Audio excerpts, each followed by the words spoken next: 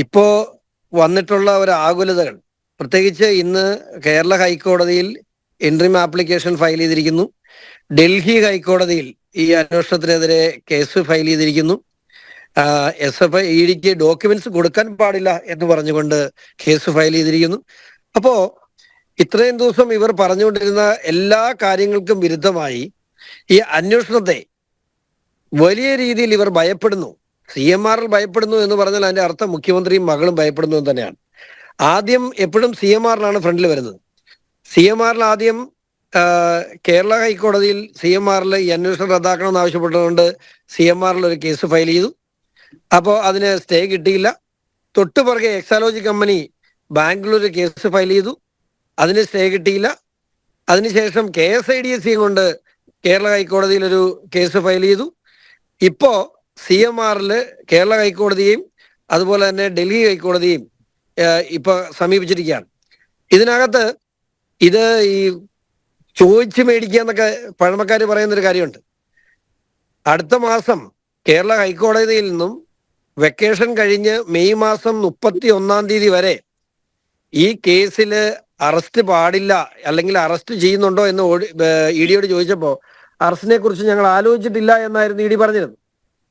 അപ്പൊ അങ്ങനെ ഒരു സാഹചര്യം ഇപ്പൊ നിലവിലില്ല. ചോദ്യം ചെയ്യലിന് ശേഷം നമുക്ക് പറയാൻ പറ്റുള്ളൂ. അപ്പൊ അങ്ങനെ ഒരു കാര്യം ഓൾറെഡി കേരള ഹൈക്കോടതിയുടെ മുമ്പിൽ തന്നെ ED പറഞ്ഞിരുന്ന ഈ സാഹചര്യത്തിൽ ഇപ്പോൾ വീണ്ടും ഹൈക്കോടതിയിലേക്ക് പോയി ഇത് വടി കൊടുത്ത് അടിമേടിക്കുന്ന സാഹചര്യമാണ് ഇപ്പോൾ ഉണ്ടാകാൻ പോകുന്നത്.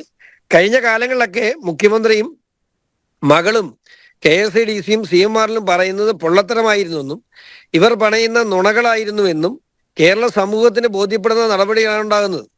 എന്തിനാണ് ഇപ്പോൾ മുഖ്യമന്ത്രി പറയുന്ന പോലെ മടിയിൽ കനമില്ല, നെഞ്ചും പിരിച്ച് നടക്കും, അതുപോലെ എൻ്റെ കൈകൾ പരിശുദ്ധമാണെന്ന് പറയുന്നതെങ്കിൽ വിവിധ ആളുകൾ വഴിയും നേരിട്ടും ഈ അന്വേഷണത്തെ തടസ്സപ്പെടുത്താൻ എത്ര പ്രാവശ്യം കോടതിയെ സമീപിച്ചിരിക്കുന്നു.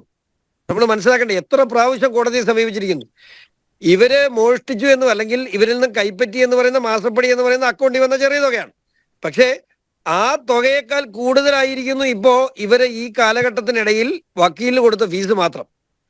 KSIDC മാത്രം ഈ അന്വേഷണത്തെ തടസ്സപ്പെടുത്താൻ 1 കോടി രൂപ മുടക്കിയിരിക്കുന്നു. വീണ എത്ര രൂപ മുടക്കിയിട്ടുണ്ട്, എക്സാലോജിക്ക് എത്ര രൂപ മുടക്കിയിട്ടുണ്ട് നമുക്ക് അറിയാൻ കഴിയുന്ന കാര്യമല്ല. അത് പബ്ലിക് ഡോക്യുമെന്റ് ആയിട്ട് നമുക്ക് കിട്ടില്ല. CMR കോടിക്കണക്കിന് രൂപയാണ് ഈ അന്വേഷണത്തെ തടസ്സപ്പെടുത്താൻ വാരി എറിഞ്ഞിരിക്കുന്നത്. അപ്പോ കേരളത്തിൽ നടന്നുകൊണ്ടിരുന്ന ഒരു വലിയ കൊള്ളയാണ്. ആ കൊള്ളയ്ക്ക് വിരാമമായിരിക്കുന്നു. ഇതിന് ഉപ്പ് തിന്നവരൊക്കെ വെള്ളം കുടിക്കും. എനിക്ക് തോന്നുന്നത്, ഞാൻ മനസ്സിലാക്കുന്നത്, ഈ ഞാൻ പറയല്ല, ഞാൻ ഇപ്പോ 2 കേസുകൾ, ഞാൻ ഇതുമായി ബന്ധപ്പെട്ട് തന്നെ വളരെ നിർണായകമായ വിവരങ്ങളുള്ള 2 കേസുകൾ, ഒന്ന് EDക്കും അതുകൂടാതെ ഇന്ത്യയിൽ തന്നെ ഒരു പ്രമുഖ ഏജൻസിക്കും ഞാൻ പരാതികൾ നൽകിയിട്ടുണ്ട്. ഞാൻ അതിന്റെ വിശദാംശങ്ങൾ ഇപ്പോൾ പുറത്ത് പറയുന്നില്ല, എനിക്ക് പുറത്ത് പറയാൻ കഴിയില്ല.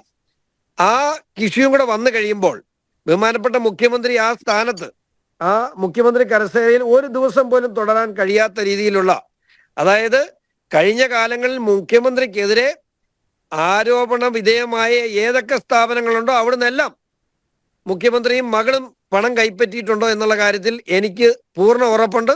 അത് ബോധ്യപ്പെടുത്തേണ്ടവരെ ബോധ്യപ്പെടുത്തിയിട്ടുമുണ്ട്. ഒരു കാര്യം മാത്രം, ഞാൻ ഈ വിഷയത്തിൽ പൊതുസമൂഹത്തിന് മുമ്പിൽ ഈ കാര്യങ്ങൾ തുറന്നു പറയാത്തത്, നമ്മൾ എന്തു പറഞ്ഞാലും അതിനെ ഇവിടെ ഒരു ഇലക്ഷൻ സ്റ്റണ്ടായി മാത്രം, അല്ലെങ്കിൽ രാഷ്ട്രീയ പ്രേരിതമായി മാത്രം കാണുന്ന ഒരു കാലഘട്ടത്തിൽ ഇത് പറയണ്ട. നമുക്കിനി 10 ദിവസമല്ലേ മുമ്പിലുള്ളൂ. 26 കഴിഞ്ഞ് വളരെ വിശദമായി കേരളം ഈ വിഷയങ്ങൾ ചർച്ച ചെയ്യുമെന്ന് മാത്രമല്ല, വരുന്ന ജൂൺ മാസത്തിനപ്പുറത്തേക്ക് കേരളത്തിന്റെ മുഖ്യമന്ത്രി സ്ഥാനത്ത് ശ്രീ പിണറായി വിജയൻ ഉണ്ടാവില്ല എന്നുള്ള കാര്യത്തിൽ ഒരു സംശയം വേണ്ട.